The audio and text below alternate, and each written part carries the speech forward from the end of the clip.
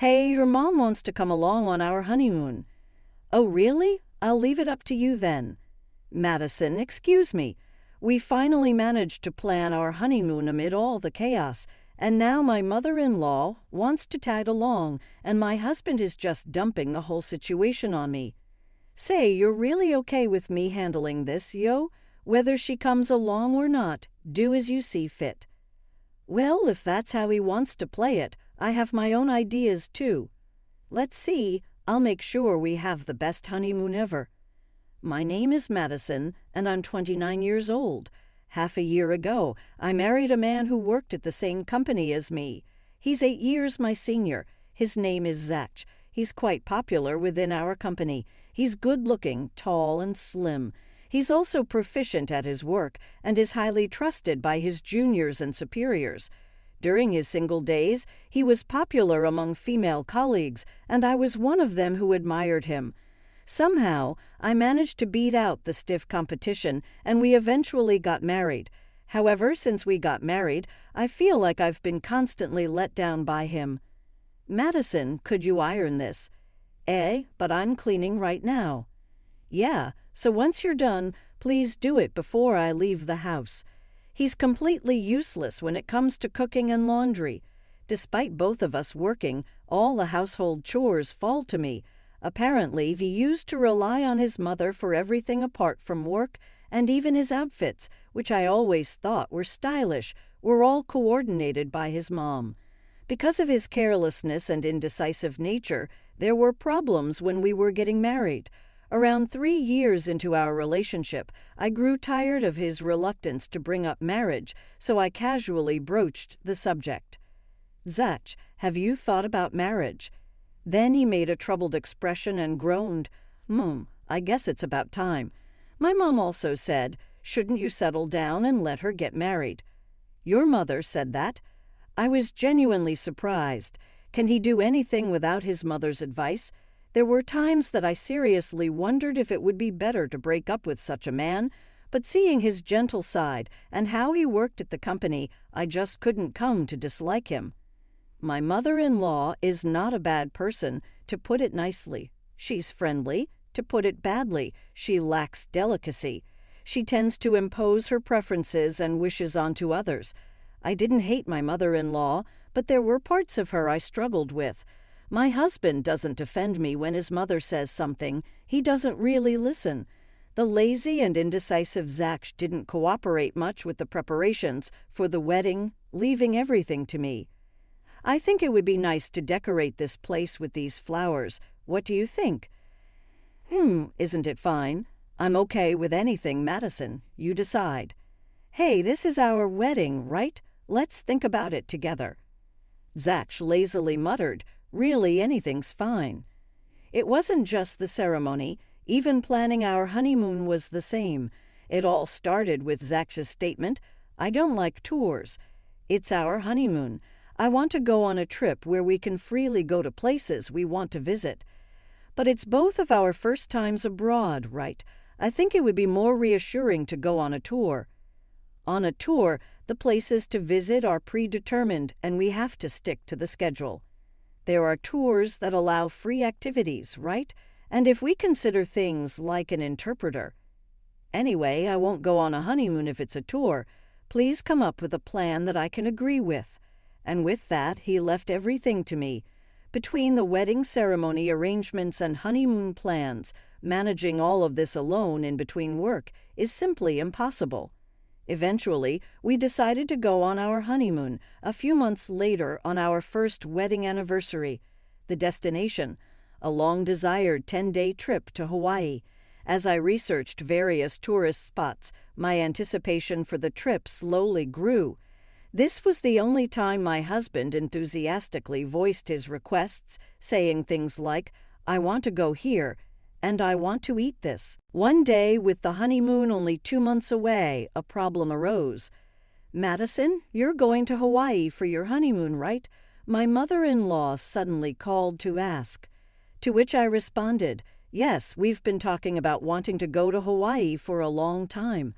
Our dream is finally coming true. What a coincidence. I've wanted to go to Hawaii forever. I thought it would be a great opportunity, so I want to go with you.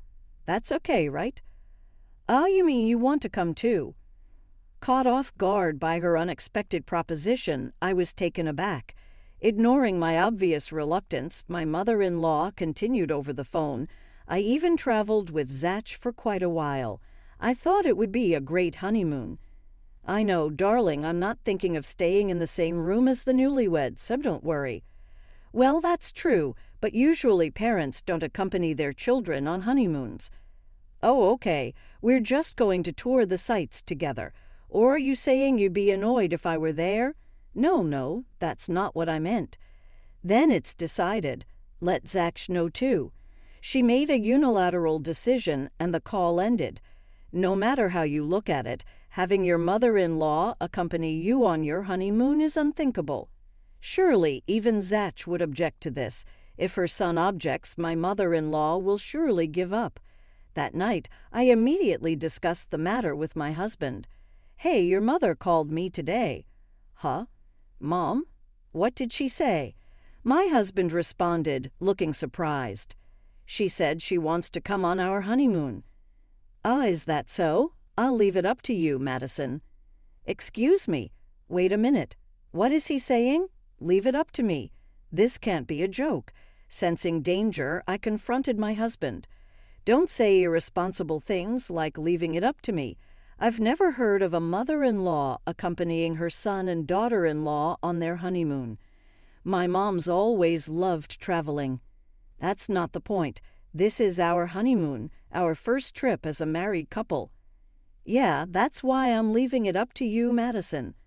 What do you mean, leave it up to me? She's your mother, isn't she? With a hint of anger in my voice, I retorted, and my husband reluctantly opened his mouth. But Madison, you're the one arranging the trip, right? You're the one arranging our accommodation and all the expenses, right? I don't know much about it, so I thought it would be best to leave it to you. Wait a minute. Don't you have anything to say about your mother coming along on a trip? No, I don't really care either way. That's why I'm saying I'll leave it to you. His irresponsibility and indecisiveness irritated me. I could feel the blood rising to my head, and I couldn't help but yell at him. Stop messing around. This trip to Hawaii is also our first anniversary trip. It's obviously strange to have a parent accompany us, don't you think? Then, Madison, you should just tell my mother no. Why do I have to? You're the one who should tell her, Zach. Me? I don't want to make things awkward with my mom. What? Even though his mother is trying to tag along on our honeymoon, he kept insisting on leaving everything to me. He doesn't feel that this honeymoon trip has any special meaning. If he's so inclined, I have my own ideas too. I will make sure he regrets leaving everything to me. I took a deep breath and with a low voice said to my husband, So you're really going to leave it all to me? Yeah, that's what I've been saying. Are you sure you won't complain about what I decide later on? Whether you let my mom come along or not, just handle it properly. Okay, I got it. Don't forget your words. Once I got back to my room, I immediately changed our travel reservations. Looking forward to it, I thought. I made the plan just as you said. I'll arrange the best honeymoon trip for you. On the day of the trip, we called a taxi and got in together. On the way, we picked up my mother-in-law and headed straight to the airport. During the ride, my husband and mother-in-law were happily chatting about the trip, not knowing about all the trouble I'd gone through. When we arrived at the airport, I handed my husband a bag before checking in. Here, this bag contains our plane tickets and passports. My husband looked dissatisfied, looked at me, and grumbled, I have to carry this. Yes, we're about to go on a trip, right? It's important, so don't lose it. Why don't you carry it, Madison? It's no use if I carry it. After all, I'm not going. Huh? Not going? What do you mean? I began explaining to my increasingly agitated husband, going to Hawaii with 3 people would blow our budget. That's why I decided to have your mother go in my place. What? Are you kidding me? It's our honeymoon. Oh, is there a problem? You were the one who said to leave everything to me, weren't you? You asked. What? You're telling me to go on a 10-day trip alone with my mother." "Well, yes. After all, it was you who said, 'I don't care either way.' You never said you wanted to go on a honeymoon with just the two of us. You didn't say you didn't want your mother to come. You said, 'I'll leave everything to Madison and I won't complain.' Is there a problem? You're not going to tell me you wanted to go on a honeymoon with just me, are you? I mean, you wouldn't say something so silly, would you?" Provoking him in this way, my husband bit his lip and hung his head. My mother chimed in as if to soothe him. "Since Madison says so, let's just go on the trip as parent and child." "Mom, oh, I want to go to Diamond Head, and after that maybe I'll buy an Aloha shirt at the Ala Moana Center." Stop it, Mom." Ignoring my flustered husband, his mother happily spread out a guidebook. Looking at this, people in the airport laughed quietly. They're going to Hawaii with his mother, even though it's their honeymoon. Super funny. At the voices around us, my husband turned red up to his ears. I sent a full-face smile to my husband and his mother and waved my hand, saying, "Come on, it's almost boarding time. Hurry up." "Madison, wait. Enjoy your trip to Hawaii." "You too. Bye-bye." I could hear my husband's desperate cries, but I left the airport without looking back. The next day, as I arrived at work as usual, my superior and colleagues widened their eyes. One of my friendly superiors asked hesitantly, "Hey, weren't you supposed to be on vacation for your honeymoon today?" "Oh, if you're talking about the trip, my husband and mother-in-law are going together. They're probably enjoying themselves in Hawaii right now, aren't they?" "Wait, he went on a trip with his mother, leaving his wife behind." "That's right. He didn't object to his mother coming along, and he just dumped everything on me and said to handle it, so I arranged a parent-child trip for them." At my explanation, my coworkers burst out laughing. At the office, he was seen as a capable businessman, and they had thought his private life was going well, too. But here he was, going on a honeymoon with his mother. Hey, I didn't know he was such a mama's boy. I couldn't stand going on a trip with my mother for 10 days. I definitely couldn't do it. I couldn't do it even for 2 days. Wow, what a good guy, thinking of his mother like that. The male colleagues jokingly labeled the husband as a mama's boy and laughed till their stomachs hurt. On the other hand, all the female employees were uniformly furious. I can't believe he prioritizes his mother over his wife. The moment he allowed his mother-in-law to accompany them on their honeymoon, it was unbelievable. Normally that's creepy, right? It's a total turn-off. Thus, the image of him as a tall, handsome, capable man was completely destroyed. Unbeknownst to my husband, he had lost his place at work. Daily persistent emails were sent from my husband in Hawaii. "My mother is having a blast all by herself. Do you know how hard it is for me? My trip is miserable because of you. Damn it."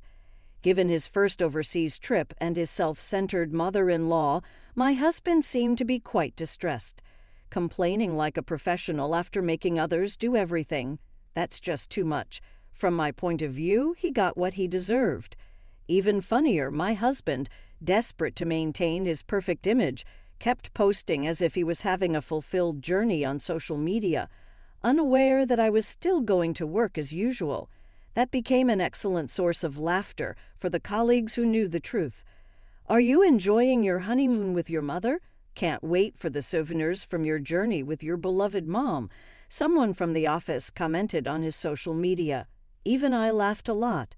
After that comment, my husband stopped posting altogether. After returning from the trip, my husband didn't show up to work and eventually submitted his voluntary resignation. I learned the fact from his boss at work. As for me, I had already moved back to my parents' house during their trip. Now I'm consulting with a lawyer to proceed with the divorce.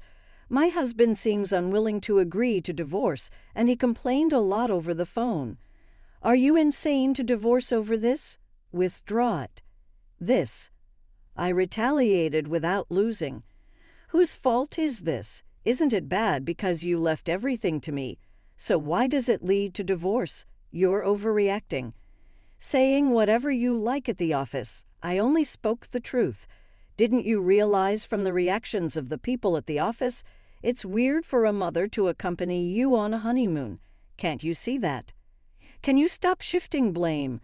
I'm sick of being messed around by you. Why don't you let your beloved mommy decide everything from now on? Wait a minute, Madison. Without listening to the end, I blocked his contact. It seems it will take some time for the divorce to finalize, but I no longer have any feelings for him. No matter how long it takes, I intend to get a divorce. If I ever get a chance to meet someone again, I hope to be with someone who can respect each other's opinions.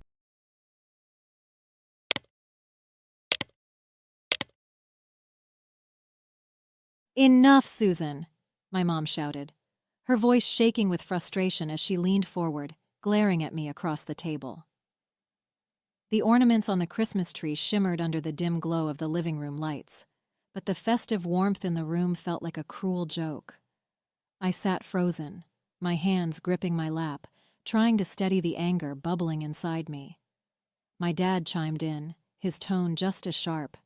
"You've always had a way of making everything about you." The words hit harder than I expected, and for a moment all I could hear was the faint ticking of the clock on the mantel. My name is Susan Blanchard. I was 32 years old then, and this all happened in the late 1970s. It was a time when families relied on each other, especially out here in rural Illinois. Our family farm, passed down for generations, was the center of our lives, but it was struggling to stay afloat.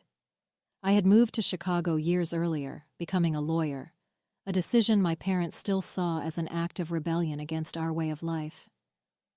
Meanwhile, my older brother Jake stayed behind, running the farm and basking in the glow of their constant praise. I didn't resent him for staying. I resented how, no matter what I did, I was always the outsider. Since the summer, I'd been quietly sending money to the farm's shared account, trying to help with the bills Jake told me were piling up. He convinced me not to tell our parents, saying it would hurt their pride and make them feel like they'd failed. At the time, it made sense. I didn't want to embarrass them, and I trusted Jake to handle it. But sitting there on Christmas Eve, listening to our parents go on about how Jake had been sacrificing so much to keep the farm afloat, I felt like I'd been punched in the gut. I realized right then that he had been taking credit for every dollar I'd sent.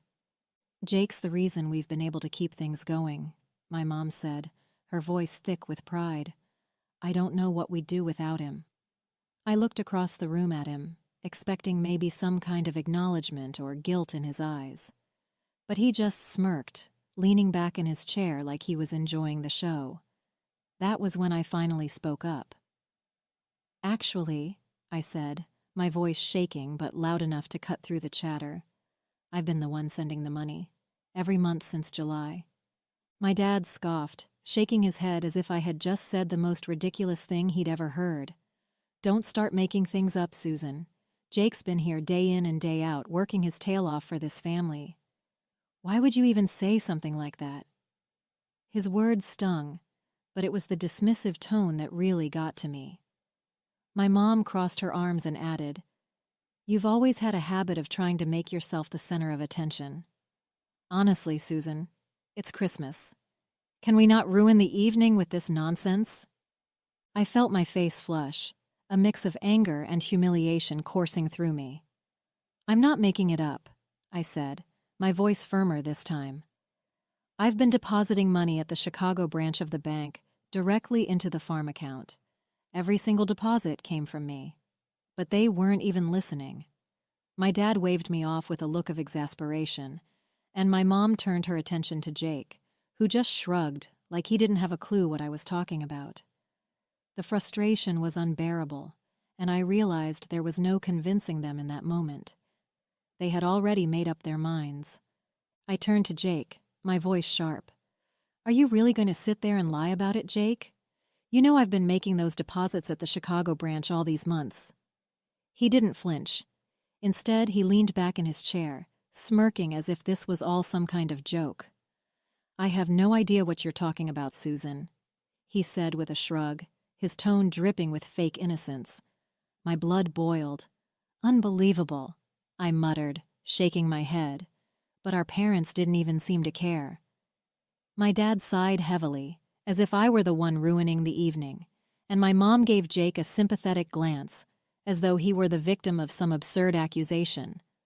I stood up, my chair scraping against the floor, and looked directly at Jake. "You know exactly what I'm talking about," I said, my voice trembling with anger. "Those deposits weren't small, Jake. You've been sitting here, letting our parents believe you're some kind of hero when you've done nothing but lie. If you don't admit it now, I'll leave first thing tomorrow, go back to Chicago, and get the proof myself." Jake shrugged, leaning back as if none of this mattered. "You're wasting your time, Susan," he said with a chuckle. "Whatever story you've cooked up in your head, you go right ahead and prove it." It was in that moment I realized Jake didn't think I'd actually do it. To him, this was just another one of those family arguments that would blow over, where I'd eventually give up and let him win, like always. His smirk said it all. He thought I'd back down, too afraid of the fallout to follow through. But that only fueled my determination. I wasn't going to let him keep getting away with this. Not this time. He'd taken advantage of me, lied to our parents, and sat there soaking up their praise, all while treating my contributions like they didn't exist.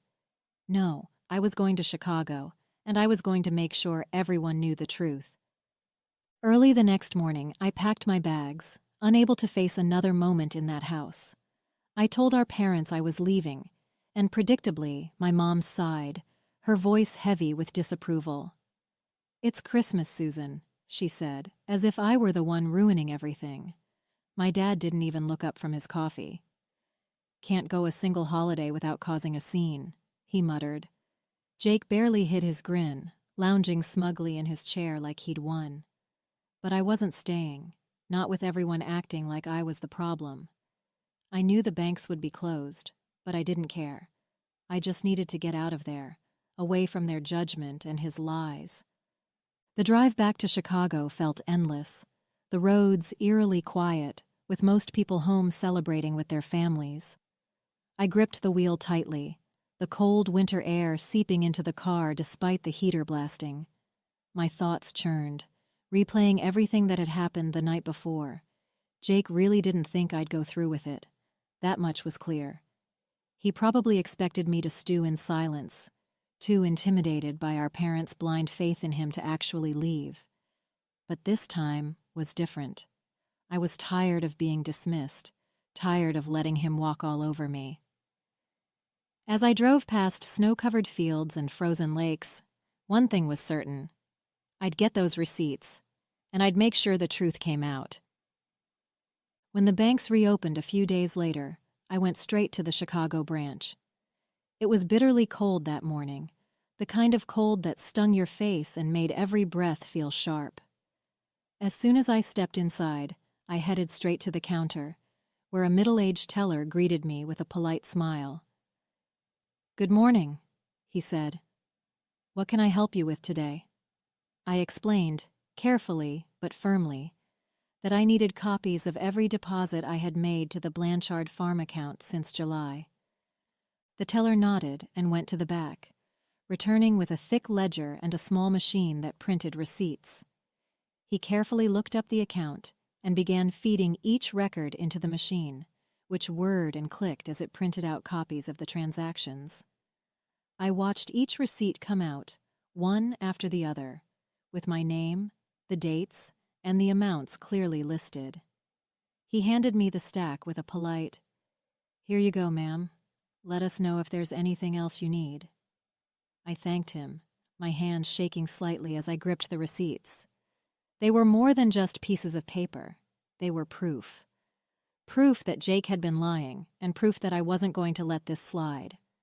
As soon as I had the receipts in hand, I headed straight back to my car. The roads were still slick from the snowstorm earlier in the week, but I didn't care. I needed to get back home, and I wasn't about to wait another day. The receipts sat on the passenger seat next to me, neatly stacked and secured under a small paperweight I'd grabbed from my desk before leaving. Every time I glanced at them, my anger bubbled up again. I couldn't believe Jake thought he could get away with this, and worse, that our parents had so readily taken his side. The drive felt longer this time, the farm seeming farther away with every passing mile.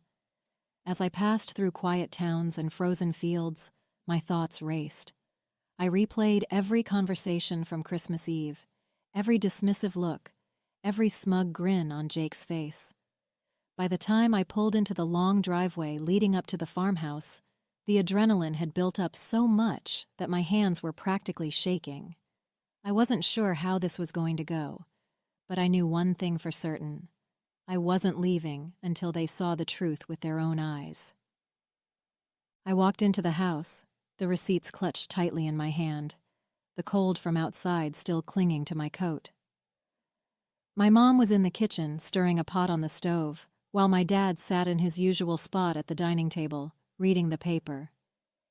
Jake was leaning against the counter, casually eating an apple, looking as smug as ever. They all turned to look at me as I entered, but before anyone could say a word, I dropped the stack of receipts onto the table in front of my dad. "There," I said, my voice steady but firm.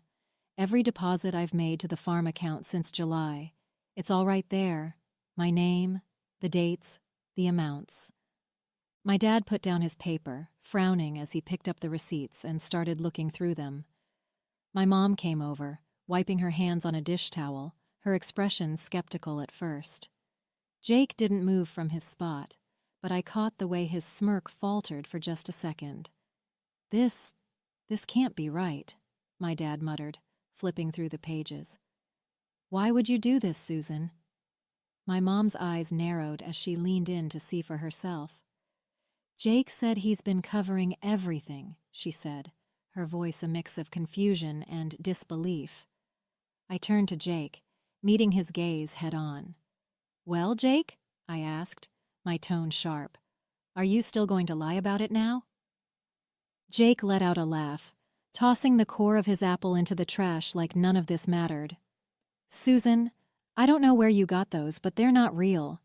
You probably forged them somehow to make me look bad." His tone was calm, almost mocking, and it made my stomach churn. I looked at our parents, expecting at least a flicker of doubt in their eyes, but instead, my dad shook his head, his face dark with disapproval. "Susan, what's gotten into you?" he said, his voice low and angry. "This is a new low, even for you."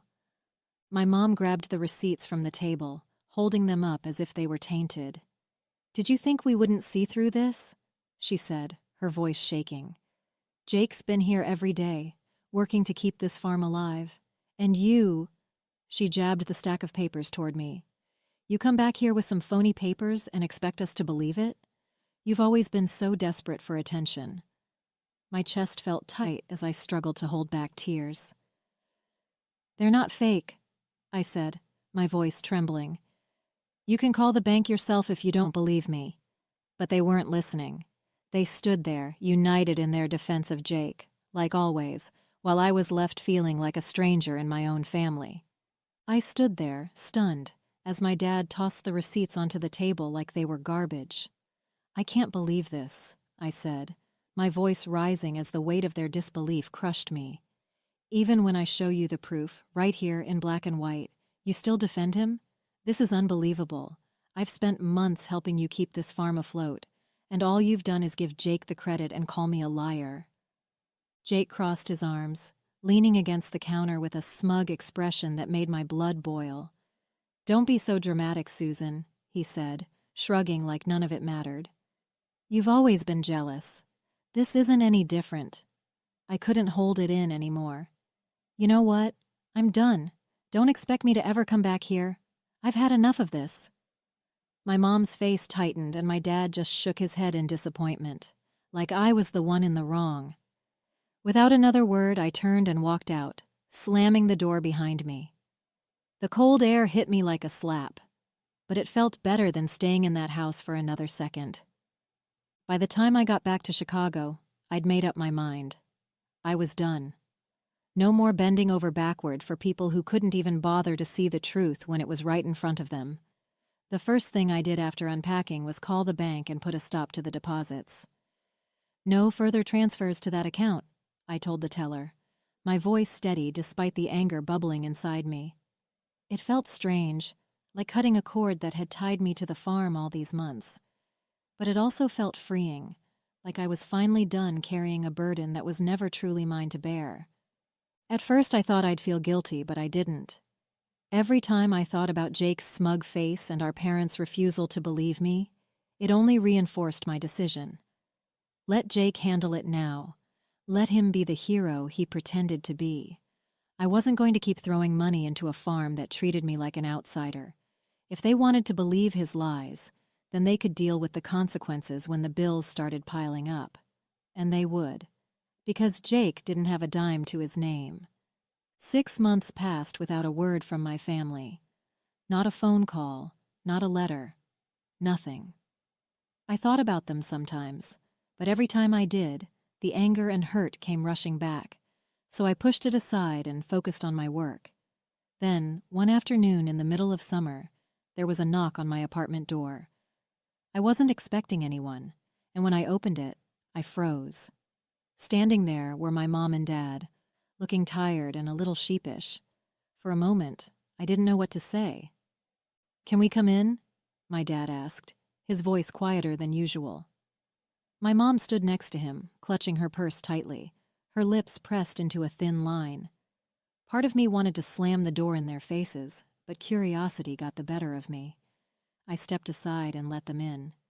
They sat awkwardly on the couch, looking around my small apartment like they didn't know what to do with themselves. "What do you want?"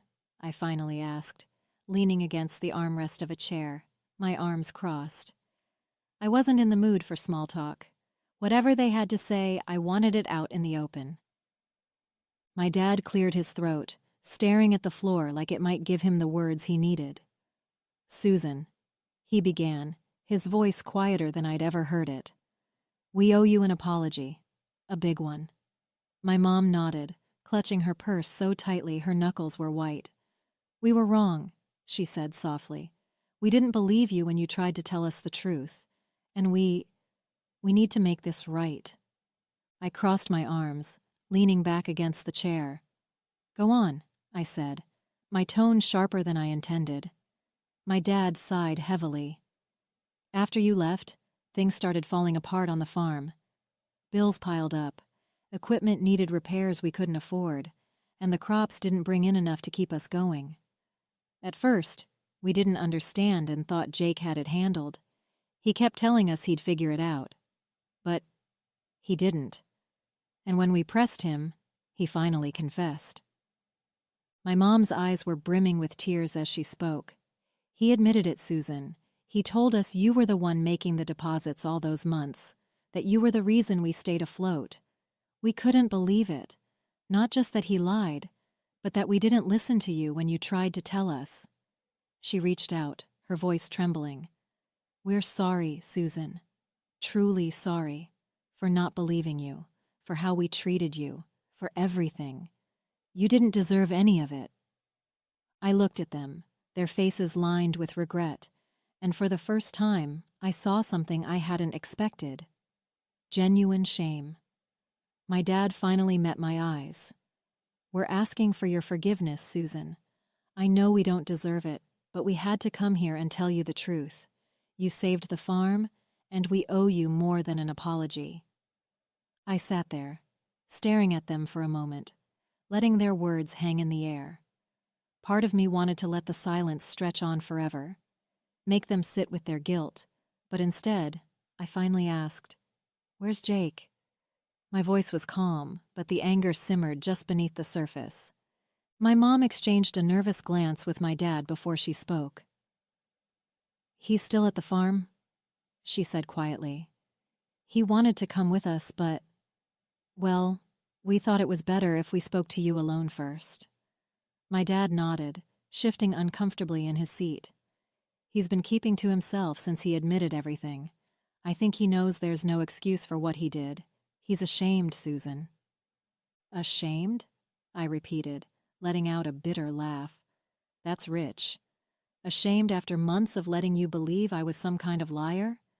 After taking credit for everything I did to keep the farm running? My dad looked down again, his face pale.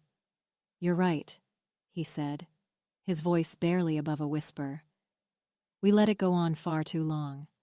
It's on us as much as it is on him. But he wanted us to tell you that he's sorry. He said he doesn't expect you to forgive him, but he needed us to say it."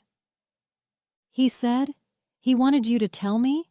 I snapped, leaning forward in my chair. "What are you talking about? You're still protecting him even now. He should be here apologizing in front of me. You should have forced him to come here." My voice echoed through the small apartment, and I could see the shock on their faces. But I didn't care. I was done tiptoeing around their favoritism. My mom opened her mouth to speak, but I cut her off. "Do you even hear yourselves? He lies, he manipulates, he takes everything I did and twists it into some heroic story for himself. And now, when it's time to take responsibility, you're still shielding him? What? He's too embarrassed to face me, so you're here to clean up his mess again? Do you even realize how insane that sounds?" My dad shifted uncomfortably, his hands gripping his knees. "We thought this would be easier for everyone," he muttered. "Easier for who?" I shot back. "For Jake? For you? Because it sure as hell isn't easier for me." Neither of them said a word after that. My mom looked down at her hands, twisting the strap of her purse nervously, while my dad stared at the floor, his jaw tight. The silence stretched between us, heavy and uncomfortable, until finally my dad stood up. "You're right," he said quietly, not meeting my eyes. "We should have brought him. We should have made him face you. I don't know why we didn't. Maybe because we've been making excuses for him for so long it's just what we do." My mom followed his lead, standing up and clutching her purse to her chest.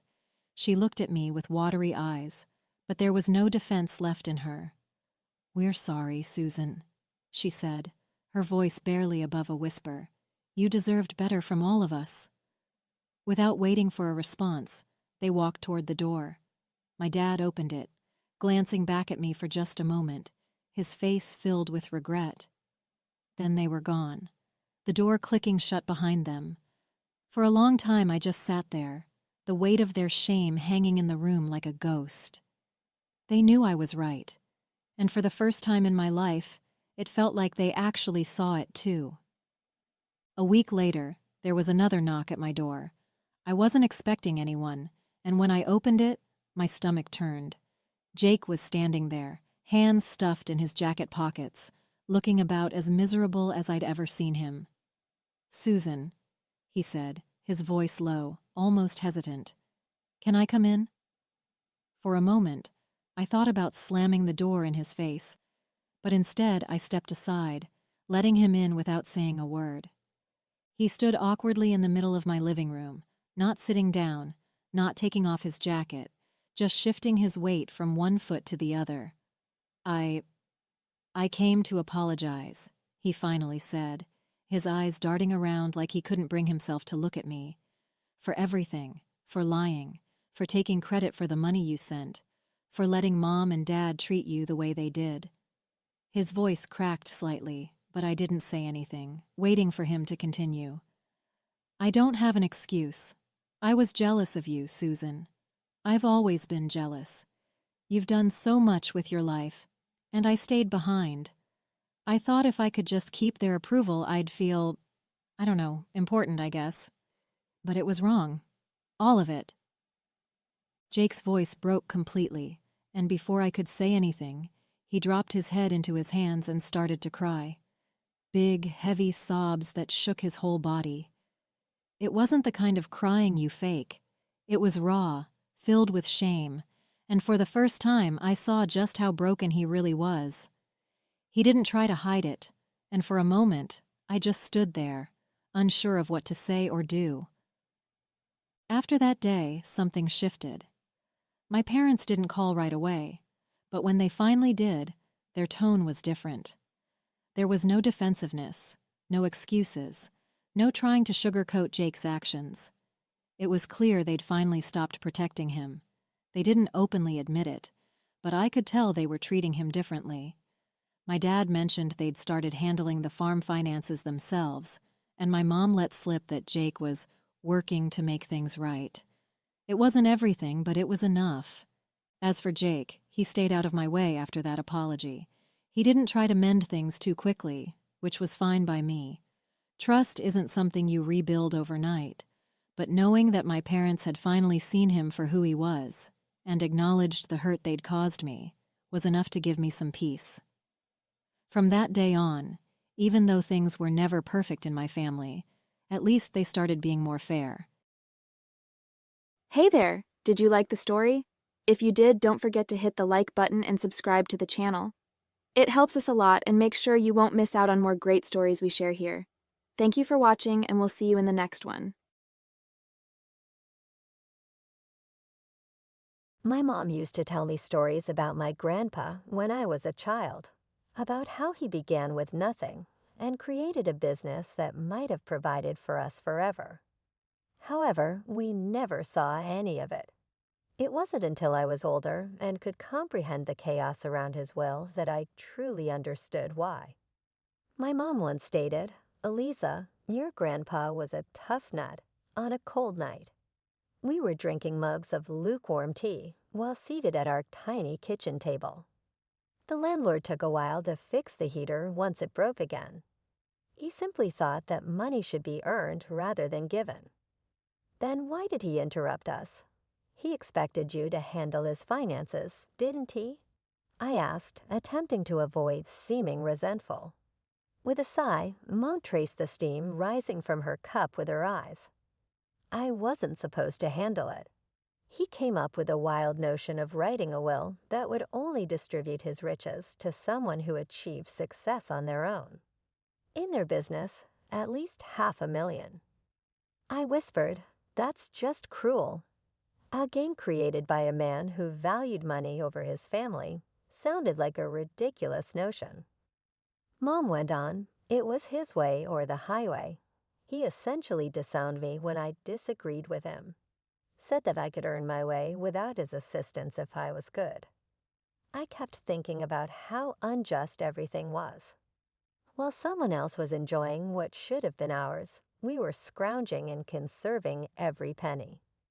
I've always had a talent for seeing an opportunity to profit. On hot summer days, I would set up a lemonade shop at the nearby golf course. 50 cents a cup. I would shout and wave to the golfers who were thirsty. The pitch from a freckled child with a pitcher was too strong for them to ignore. "You sure know how to hustle, kiddo," said Hank, an elderly golfer, laughing as he gave me my change. "Keep that up, and you'll be a tycoon one day." I smiled and put the money in my pocket. I would reply, "Just saving up for something big," because I was constantly thinking about the next big thing. It wasn't just lemonade either. Using beads I found at the dollar shop, I strung together handmade bracelets and baubles. Everywhere I could, including at school functions, neighborhood block parties, and even in the front yard during garage sales, I sold them. Trading seemed natural, like if I was destined to do it, and it was more than simply enjoyable. My mom used to joke to her friends, "Eliza's got her own little business empire going," but there was a tinge of pride in her voice that gave me a slight boost in confidence. However, what truly stood out was the stitching. It felt like all of my Christmases had arrived at once when I was able to purchase that vintage sewing machine at a yard sale. It was difficult for me to learn how to sew. The online instructions weren't always clear, and the machine was erratic, particularly when the internet connection was intermittent. However, I persisted. Before long, I was transforming plain clothes from the thrift shop into stylish ensembles. "Eliza, is that the same shirt you wore last week?" One day, Sarah spotted me at my locker and scoffed. "Looks different." "Yes, gave it a little makeover," I remarked nonchalantly as I closed my locker. "You need to give it a go sometime." It might help you feel better." A few other females stayed behind, but she sneered and marched off. "What you did with your shirt was absolutely awesome." With a bashful grin on her lips, one of them said, "Could you do mine?" "Of course." With pride in my heart, I said, "Bring it tomorrow." After word spread, I started accepting bespoke orders. It was no longer simply pocket money. It was serious business. People were willing to pay a high price for originality, which I was all too glad to supply. I carried my most recent masterpieces to the neighborhood street festival one lovely day. My pulse racing with the excitement of it all, I put out my clothes, set up a rickety table, and waited. "You think people will buy these?" My friend Mike looked at the onlookers doubtfully and questioned. "They'd be crazy not to," I said with a growing sense of certainty. And they did. They crowded my table. I hardly had time to pick up the cash and deliver the clothing.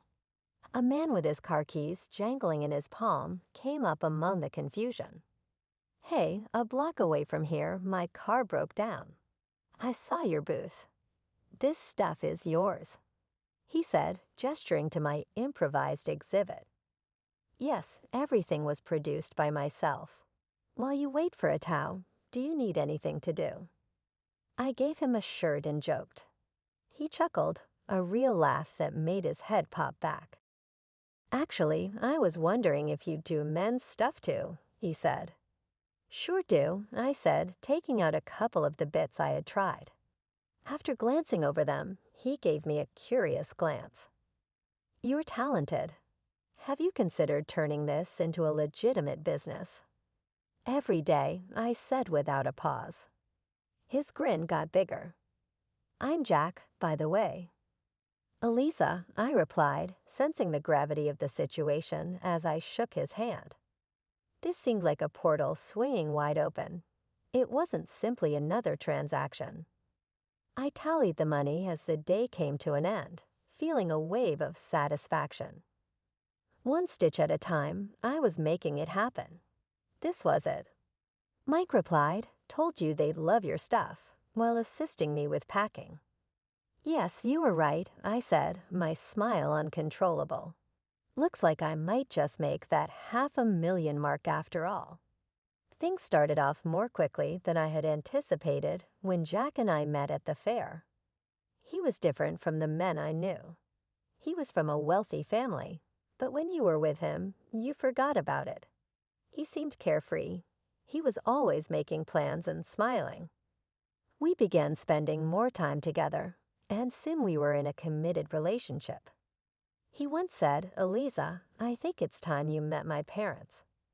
Just thinking about it made my stomach turn. I was aware that his parents were old money, the sort that denigrated others like me. "Are you sure?" I asked, my voice tense. "I don't think they'll like me much." Jack laughed it off. "They'll love you. Don't worry so much." The drive over to Jack's parents' house felt like the longest ride of my life. Jack kept talking about mundane stuff, probably trying to ease the tension, but my stomach was in knots. We turned into a long driveway, and there it was, a massive house that looked more like a museum than a home. We walked up to the grand entrance, and the door swung open before we could even knock. There stood Jack's mom, Mrs. Thompson, dressed impeccably in a way that made me feel underdressed instantly, despite my careful choice of outfit. "Jack, darling," she exclaimed, pulling him into a hug, then turned to me with a polite smile that didn't reach her eyes. "And you must be Eliza. We've heard so much about you." Her words sounded warm, but her tone was anything but. I forced a smile. "Thank you for having me, Mrs. Thompson." Jack led me inside, and that's when Mr. Thompson appeared. He was a tall, stern-looking man with a firm handshake that felt more like a test than a greeting. "Eliza, a pleasure," he said, his voice deep and unemotional. We moved into the living room, which was as grand and cold as the rest of the house. Everything felt stiff and formal. We made small talk, or at least they did. I mostly nodded and smiled, feeling out of my depth. Dinner was served in a dining room straight out of a magazine, with crystal and fine china that looked like it should be locked up in a display case, not used for eating. We sat down, and that's when the real interrogation began. "So, Eliza, Jack tells us you're into fashion design." Mr. Thompson began, eyeing me like I was a problem he needed to figure out. "Yes, I run a small business. I design and sell clothing," I responded, trying to keep my voice steady. Self-made then." "How entrepreneurial," he commented dryly, his tone suggesting it was less of a compliment and more a checkmark on a list of curiosities. Mrs. Thompson chimed in with a smile that felt more like a sneer. "And your family, dear? What do they do?" "Well, it's just me and my mom." "She's a nurse," I said, feeling the weight of each word. "Oh, I see," Mrs. Thompson replied, exchanging a glance with her husband that I couldn't quite read. The conversation stumbled along until coffee was served. Then Mrs. Thompson's polite mask slipped. "Eliza, I must be honest. We have certain hopes for Jack, and his partner's background is important to us. It's essential for maintaining the family's reputation and legacy." Finally, she put her fork down and said flatly, "Well, it's clear you've done quite a bit despite your background, but I don't think you're suitable for our son." I'm afraid her words hit like a slap. I sat there stunned as she got up from the table. "I won't waste more time here," she declared and left the room without another word. Jack was quick to comfort me, his face flushed with embarrassment. "Eliza, please don't take it to heart. She's just," she said in her ways. It was tough to swallow. The evening had turned into a stark display of where I stood with his family. Despite Jack's reassurances, the shadow of that dinner lingered, casting a cold shadow over what should have been a happy milestone. The engagement happened despite the frosty atmosphere at dinner that night at Jack's parents' house. His folks made it clear they weren't thrilled, but Jack went ahead with the proposal. We were officially engaged, and while I was over the moon about us, the chill from his parents was something I couldn't shake off. A few weeks after our engagement, I got a call from Mrs. Thompson, Jack's mom. Her voice was formal. "Eliza, I'd like you to come over. We need to discuss something important." When I arrived, both of Jack's parents were waiting. The house felt colder than ever, like all the warmth had been sucked out of it. Mrs. Thompson didn't waste any time. "Eliza, we've looked into your background thoroughly," she began, her tone sharp and unwelcoming. Mr. Thompson nodded, his face stern. "It's clear you come from a very different world than ours," his wife continued. "And frankly, we feel you're hunting for wealth, climbing through our son. But we won't allow our family fortune to be jeopardized." The words stung, but before I could react, Mrs. Thompson slid a stack of papers across the table towards me. "Since I can't convince Jack to rethink this marriage, you'll need to sign these," she said flatly. I picked up the papers. They were a prenuptial agreement. As I read through it, it was clear I wouldn't lay claim to any of Jack's wealth, and neither would any children we might have. Without hesitating, I signed them. "I'm not marrying Jack for his money," I said, handing the signed papers back to her. Mrs. Thompson looked taken aback, her eyes wide. Even Mr. Thompson raised an eyebrow, surprised by my quick compliance. I left their house feeling a mix of relief and resentment. At home, I told Jack everything. He laughed it off. "Wow, you really showed them. Good for you." But his laughter didn't sit right with me. "Aren't you bothered that your mom thinks so lowly of me? She humiliated me," I said. He shrugged, still smiling. "I get why you're upset, but you know how Mom is. She has her reasons, and well, she's not completely wrong to worry, right?" His words felt like a slap. Not only had his mother insulted me, but now Jack was subtly defending her. It hurt realizing that maybe he wasn't entirely in my corner. A year after our engagement, as the wedding drew closer, my life was a whirlwind of excitement and stress. My business, a sportswear brand I had started from scratch, was finally taking off. It was thrilling to see my designs being worn and loved. I had built a small capital, enough to expand and take on bigger challenges. As for the wedding, I wanted something simple and intimate, but Jack had other ideas. He dreamed of a lavish celebration. "Elisa, we're only doing this once. Let's make it big," he'd say with that grin that made it hard to argue. So I agreed, and we planned a grand event. I found myself splitting the bill for a grand venue, exquisite catering, and a band that could keep our guests dancing all night. I managed to snag some deals, haggling discounts wherever I could. Old habits die hard. The wedding day was perfect, at least on the surface. Our guests seemed to have the time of their lives, and Jack and I couldn't stop smiling. We were floating, caught up in a bubble of joy.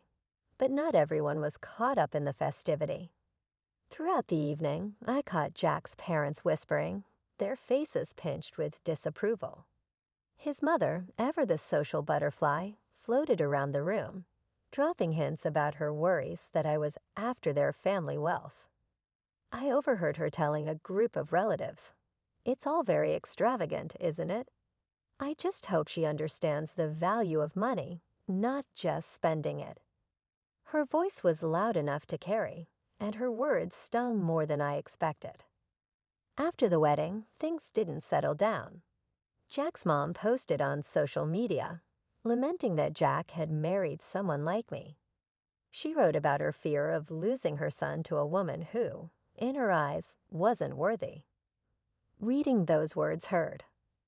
I felt my throat tighten and my eyes burn, not just with sadness, but with frustration. I tried to talk to Jack about it. "Your mom's posts, they're really harsh. Can you talk to them? They don't even know about the business, how well it's doing." Jack sighed, his face troubled. "Elisa, I know it's tough, but let's not rock the boat, okay? My parents, it's just how they are. But they think I'm some gold digger, Jack. They don't see that I don't need their money." He pulled me close, his voice soothing. I know, but let's just ignore it for now. They'll come around. They just need time to see what I see." I nodded, not convinced but exhausted from the argument. I agreed to let it go, not because I thought he was right, but because I was too tired to fight. It was easier to focus on my business, pouring my energy into something positive, something that was mine. Despite the personal turmoil, my business kept growing. Orders poured in, and my brand gained a following. I was doing interviews, photo shoots, and even talking about partnerships. My days were packed, and I thrived on the hustle. The evening of the charity dinner arrived, and it was held at a swanky hotel downtown. The event was all about supporting sports programs for kids and teenagers. As the main costume designer, I had decided on a blue and white theme that matched not just the decor, but some of the latest pieces from my sportswear line. Jack and I walked into the grand hall, a room buzzing with well-dressed guests and shimmering lights. I was nervous but excited to see my design showcased in such a grand setting. That excitement quickly soured when we spotted his parents across the room. Their cold stares cut right through the warmth of the bustling crowd. Jack noticed but said nothing, and their blatant disregard stung me deeply.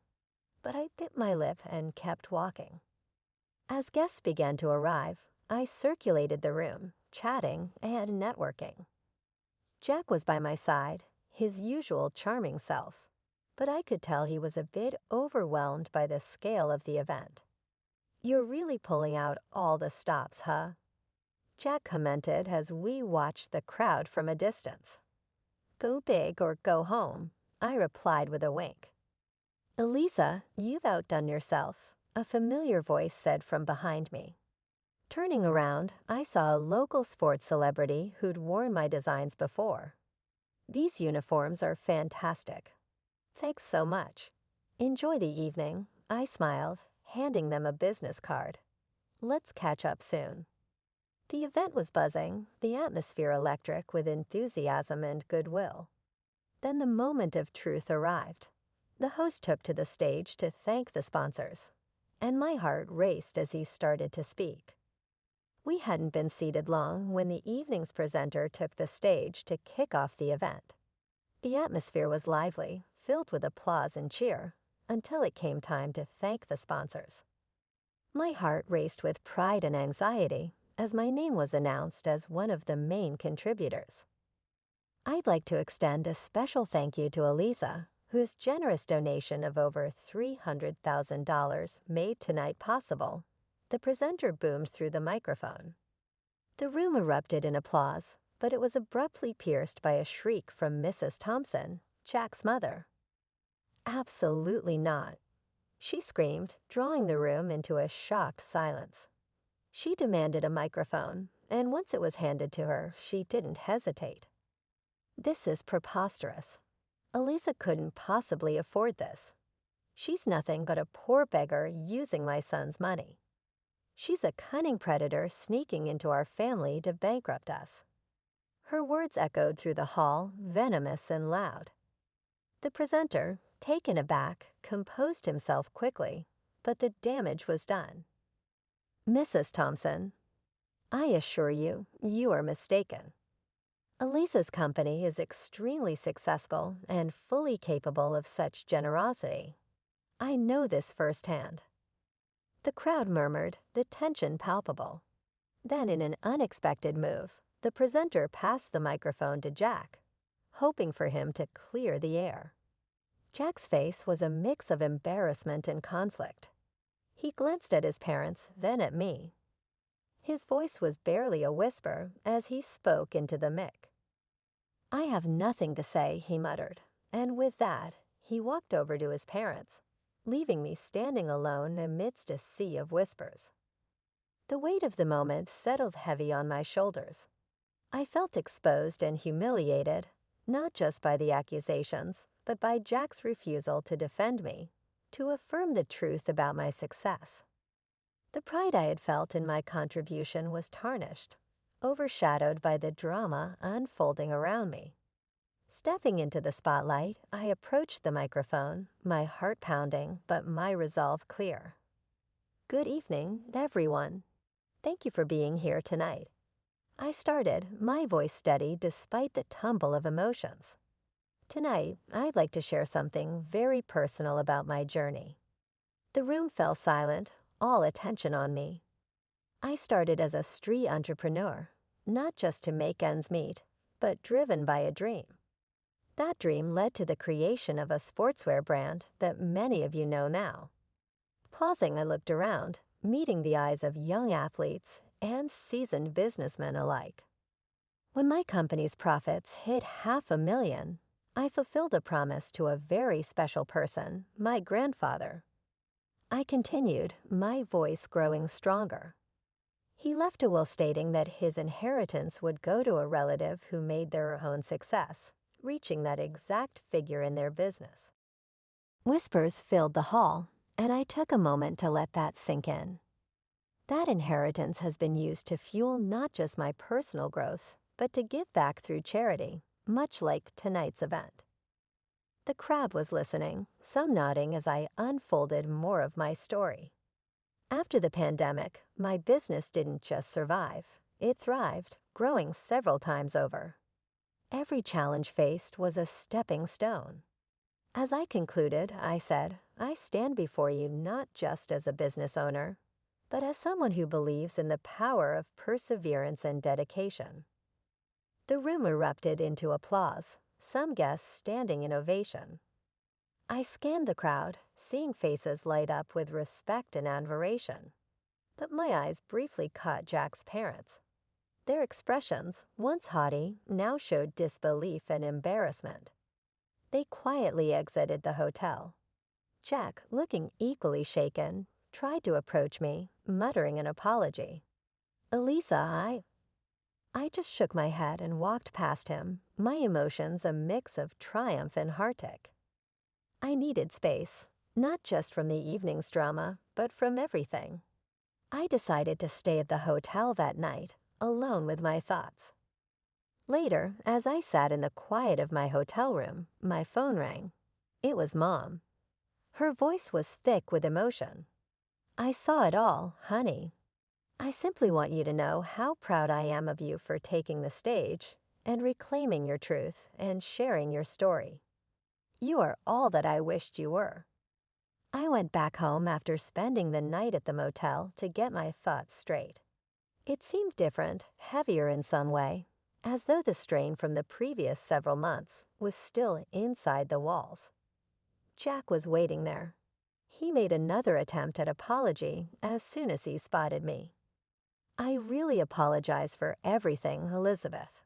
His voice was anguished as he begged, "Can we just forget all this and start over?" I gave a headshake.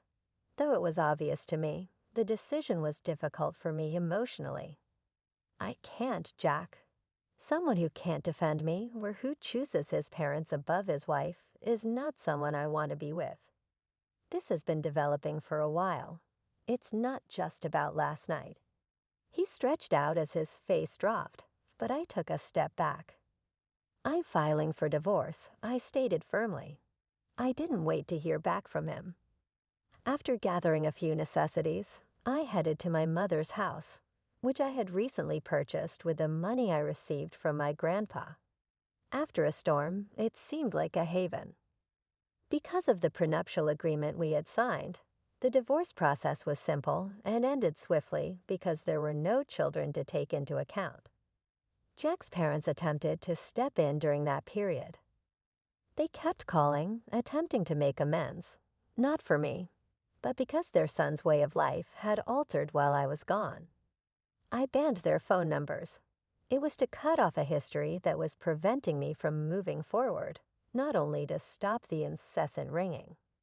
According to acquaintances, Jack began drinking, lost his job, and finally his parents abandoned him because they didn't want his downward spiral to damage their image. I had a twinge of sympathy for him. I knew I had to go on, but I never wished him bad, despite everything. I had to focus on what could have been rather than what had really happened. I found the tranquility I needed to consider my options while living at my mother's house.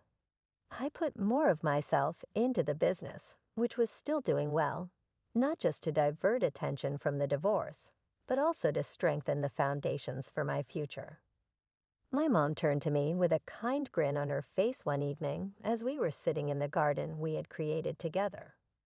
"Elisa, you made the correct decision. It's difficult, but you're more resilient, and I'm always here." "I'm grateful, Mom. I am aware." Feeling the weight of her support, I said, "It's just a lot to process." "As long as you keep in mind that you're creating, learning, and developing rather than just getting by." She squeezed my hand and murmured, "That's what matters." She was correct. My marriage ended, but it also marked the beginning of a new chapter in my life, one in which I could make choices without worrying about whether I had support from others. One that would allow me to stand alone, not just as a prosperous businesswoman, but also as a person who has been changed by her experiences. My mother-in-law slapped me hard and kicked me out of the car because I voted for Donald Trump on Election Day 2024. A staunch supporter of Kamala Harris, she had forced me to vote for her, but I refused. My husband stood by his mother, leaving me feeling betrayed. Determined to take control, I decided to unleash a powerful secret the very next day. I gave them a shocking surprise. My name is Emma, and I want to share my story. A journey filled with love, betrayal, and ultimately empowerment. I'm a 30-year-old English teacher, and my life was once a beautiful tapestry woven with dreams and hopes. I married Daniel, my husband, 2 years ago. He is 32 and works in the excise and tax department. At first, everything seemed perfect. Our love was strong, and our future looked bright. We had a lovely wedding surrounded by friends and family. Daniel was caring and attentive, and I felt like I was living in a fairy tale. We shared countless adventures, from weekend getaways to quiet nights spent reading together. But as time went on, that fairy tale began to fray at the edges, and the cracks in our relationship started to show. One of the biggest challenges in our marriage was Daniel's mother, Grace. At 58, she was a retired woman who had always been very controlling, and from the moment I entered their family, I felt her disapproval like a heavy cloud hanging over me. It started small, with little comments that seemed harmless but stung nonetheless. "You really should try to cook better, Emma," she'd say. "Daniel deserves a wife who can provide a good meal." It was as if she had appointed herself my judge and jury. I often tried to brush off her remarks, thinking that I could win her over eventually. After all, I loved Daniel, and I want his family to love me too. But every time I stepped into their home, I could feel Grace's piercing gaze and her judgmental silence. I was a stranger in my own home, constantly striving to meet her impossible standards. The tension escalated, and soon it became unbearable. Daniel was caught in the middle. I could see how much he cared for his mother and how desperately he wanted to please her. But it hurt me that he couldn't see how much his mother's words affected me. "She's just old-fashioned, Emma," he would say. "You have to give her time to warm up to you." I wanted to believe that, but I felt like a guest in my own marriage, waiting for permission to exist. The only person who truly understood my plight was my best friend, Sarah. She's also 30 and works as a lawyer. Sarah had always been my rock, providing support and a listening ear when I needed it most. "You deserve to be happy, Emma," she would say. "You can't let Grace control your life like this."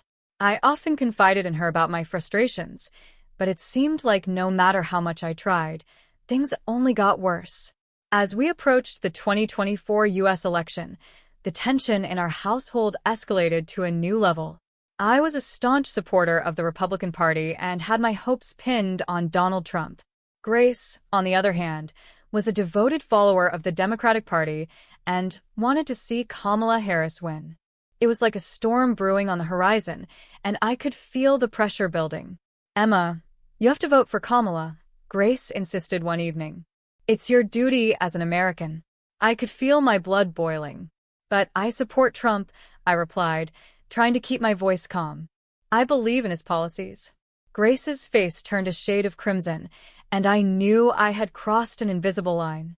"Don't be ridiculous. You're supposed to be a part of this family. You should support what I support," she barked. Daniel sat silently, a deer caught in headlights, unwilling to take sides. I felt utterly alone, as if the very ground beneath me was crumbling away. How could I stand by and allow her to dictate my beliefs? Election Day, January 5th, 2024, arrived with a mix of excitement and dread. Daniel, Grace, and I piled into the car, tension thick in the air. As we drove to the polling station, I felt a knot tightening in my stomach. "Remember, Emma, you need to vote for Kamala," Grace reiterated, her tone leaving no room for argument. "I'll vote for who I believe in," I replied defiantly, my heart racing. The silence that followed was suffocating, and I could feel Daniel shifting uncomfortably in his seat. After casting our votes, we headed back home. The air was electric with unspoken words. Suddenly, Grace turned to me, her voice laced with a false sweetness. "So, did you vote for Kamala?" she asked, her eyes narrowing. I hesitated, knowing the consequences of my answer. But I couldn't lie. "No, I voted for Trump," I said firmly.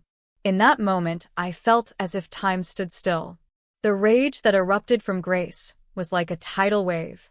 "How dare you disobey me?" she shouted, her voice cutting through the silence. "You should be ashamed of yourself." I braced myself as her hand flew across my face in a sudden slap, the sting shocking me into silence. Daniel pulled the car over, panic rising in his eyes. "Mom, stop it," he pleaded, but Grace was beyond reason. "Get out of my car," she screamed, her eyes blazing with fury. My heart raced, and a mix of disbelief and humiliation washed over me as she kicked me out onto the roadside. stranded and alone. I watched as Daniel hesitated, torn between the two of us. I can't believe this is happening, I whispered to myself, feeling the weight of betrayal crash over me like a wave. I had to take control. I couldn't let this define me. I reached for my phone and called Sarah, my voice trembling as I explained what had just happened. "Stay there, I'm coming to get you," she said without hesitation. As I waited for her to arrive, I felt a fire igniting inside me, a need for revenge, a need to reclaim my life. Little did I know that this was only the beginning of my fight for freedom. As I stood by the roadside, my heart pounded in my chest. I felt a whirlwind of emotions swirling within me, anger, humiliation, and an overwhelming desire to break free from the grip of my mother-in-law, Grace. The shock of being thrown out of the car lingered, and I knew I could not let this moment pass without taking action. I looked down the road, hoping to catch a glimpse of Sarah's car, my heart racing with anticipation. When Sarah arrived, her expression was a mix of concern and fury. "Emma, what happened?" she asked, rushing toward me. I quickly recounted the entire ordeal, from the car ride to the shocking slap that left a stinging mark on my cheek. "I can't believe she did that," Sarah exclaimed, her voice filled with disbelief. "You have every right to be angry." As we drove away from that desolate spot, I felt a sense of relief wash over me. "What am I going to do?" I asked Sarah, my voice trembling. "I can't go back to that house. I can't keep living like this." Sarah nodded, her eyes focused on the road. "You need to take a stand, Emma. You deserve to be treated with respect. This isn't just about your mother-in-law. It's about your marriage and your happiness." I considered her words carefully. The idea of confronting Grace and Daniel terrified me, but the thought of continuing to live in fear and resentment was worse. "You're right," I said slowly, a spark of determination igniting within me. "I need to fight back. I need to show them that I won't be pushed around anymore." We decided to go to my apartment, a small sanctuary I had kept despite living with Daniel and Grace. It was my space, filled with my books and memories, and I felt a sense of safety as I stepped inside. "Let's take action," Sarah said, her voice resolute. "We need to document what happened." I nodded, remembering the sting of Grace's slap. "I'll go to the hospital and get a medical report," I replied, feeling a mixture of dread and determination. I wanted to hold Grace accountable for her actions, and I knew this was the first step. After a quick visit to the hospital, where I received a medical report confirming the physical assault, we headed to the police station. The gravity of what I was about to do weighed heavily on me. Would they take me seriously? Would Grace retaliate? But I steeled myself, remembering how powerless I felt just hours earlier. When we walked into the station, the officer at the desk looked up, his expression shifting from indifference to concern as I explained my situation. "I need to file a report against my mother-in-law for assault," I said, my voice steady despite the tremor in my hands. "She slapped me during an argument." The officer listened intently, taking notes as I spoke. I felt a sense of empowerment wash over me with each word. "We have medical evidence," Sarah interjected, holding up the report. "This needs to be taken seriously." The officer nodded, his demeanor changing as he recognized the seriousness of the situation. "We'll need to take your statement, and we can begin an investigation." After what felt like hours, I left the police station with a mix of relief and fear. I had taken the first step in reclaiming my power, but I knew there was a long road ahead. The next day, I received a call from the police informing me that Grace had been arrested and charged with physical assault and harassment. My heart raced at the news. It felt surreal to think that my mother-in-law was behind bars. That evening, I received a text from Daniel. "I'm sorry for everything, Emma. I want to talk. Please come home."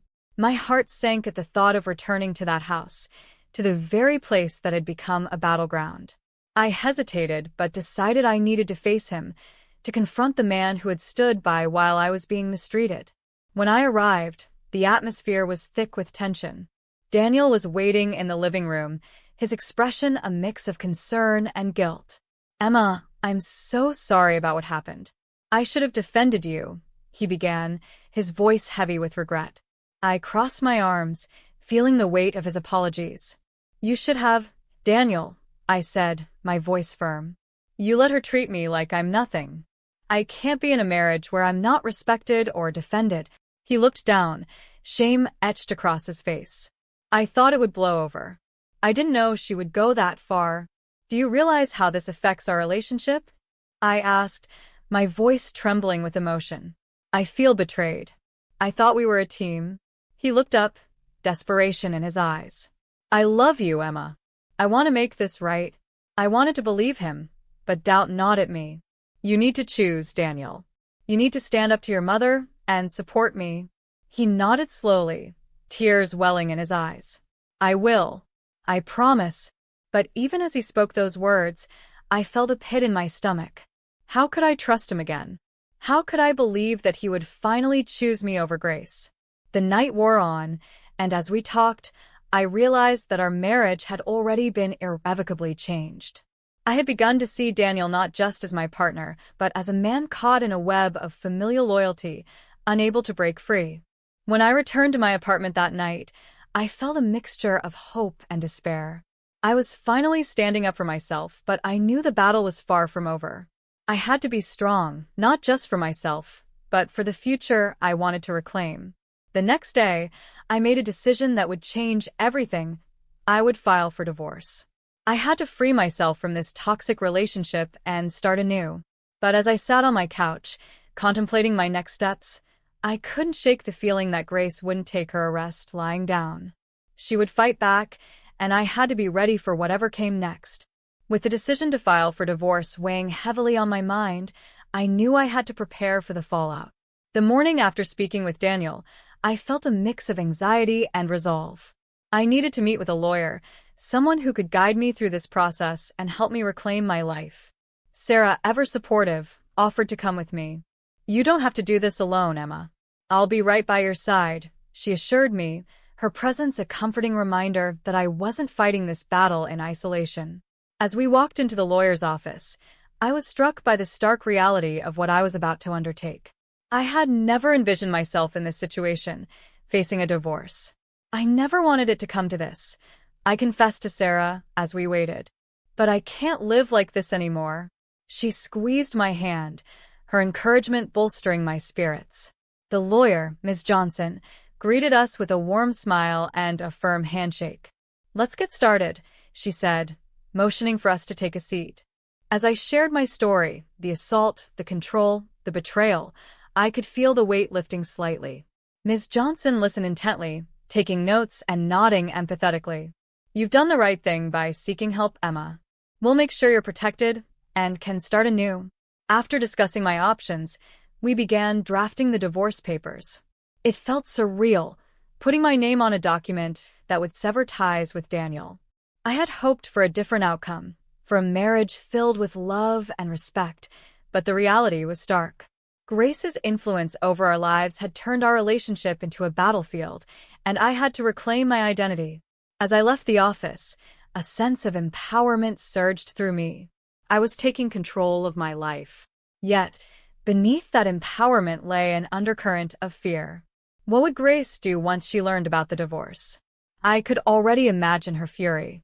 I knew I had to brace myself for the storm that was likely brewing. Later that evening, I received a call from the police.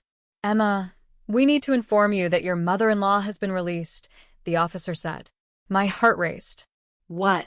How is that possible? I stammered. She was arrested for assault. The officer explained that the charges had been reduced due to a lack of prior offenses. We're keeping an eye on her, but she's free to go. Panic surged through me. Grace would come after me. I felt vulnerable, exposed.